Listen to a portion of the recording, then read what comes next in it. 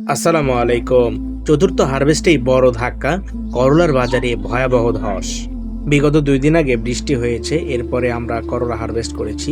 ২ দিন আগে বাজার ছিল ৩,০০০ থেকে ৩,২০০ টাকা মন। আজকে সেই করলার দাম ১৬০০ টাকা থেকে ২,০০০ টাকা মন। বেলা বাড়ার সাথে সাথে আমদানিও বাড়ছিল প্রচুর, তাই আমদানির সাথে সাথে ছোট এবং বড় ধরনের ক্রেতাগুলো দাম কমিয়ে দিচ্ছিল বারবার। তাই একজন চাষির পক্ষে হতাশা ছাড়া আর কিছুই না।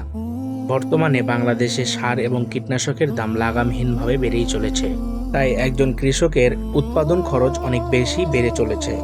বাজারে দাম কম থাকলে একজন কৃষক কিছুতেই কুলিয়ে উঠতে পারবে না এবং এক পর্যায়ে যারা নতুন উদ্যোক্তা আছে তারা বাজার থেকে হারিয়ে চলে যাবে।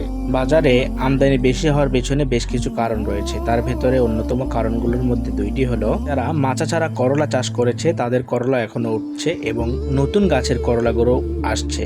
বাজারে চাহিদার তুলনায় করলার আমদানি বেশি হওয়াতে দাম অনেকটা কমে গিয়েছে।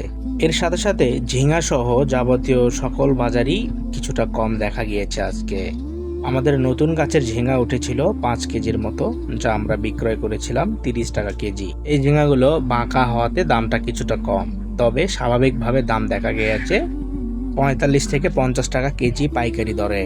বর্তমানে সবজির বাজার খুব ভোর থেকে শুরু হচ্ছে। এখানে ৩ ধরনের বাজার দেখা যাচ্ছে।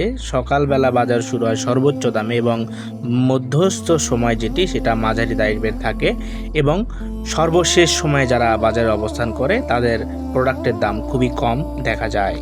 এই দামের তারতম্যের কারণে একজন কৃষক এবং চাষির মনোভাব অনেকটাই ক্ষুণ্ণ হয়ে থাকে।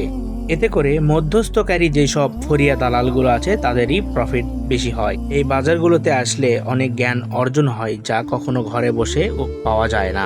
অনেকেই হালাল উপার্জনের স্কোপ খোঁজেন, তারা অবশ্যই এই হাটগুলো ভিজিট করবেন এবং ছোটখাটো অনেক ব্যবসা করার পন্থা খুঁজে পাবেন ইনশাল্লাহ। কৃষি রিলেটেড এরকম আরও সুন্দর সুন্দর ভিডিও পেতে আমাদের পেজ ফলো দিয়ে সাবস্ক্রাইব করে আমাদের পাশে থাকবেন।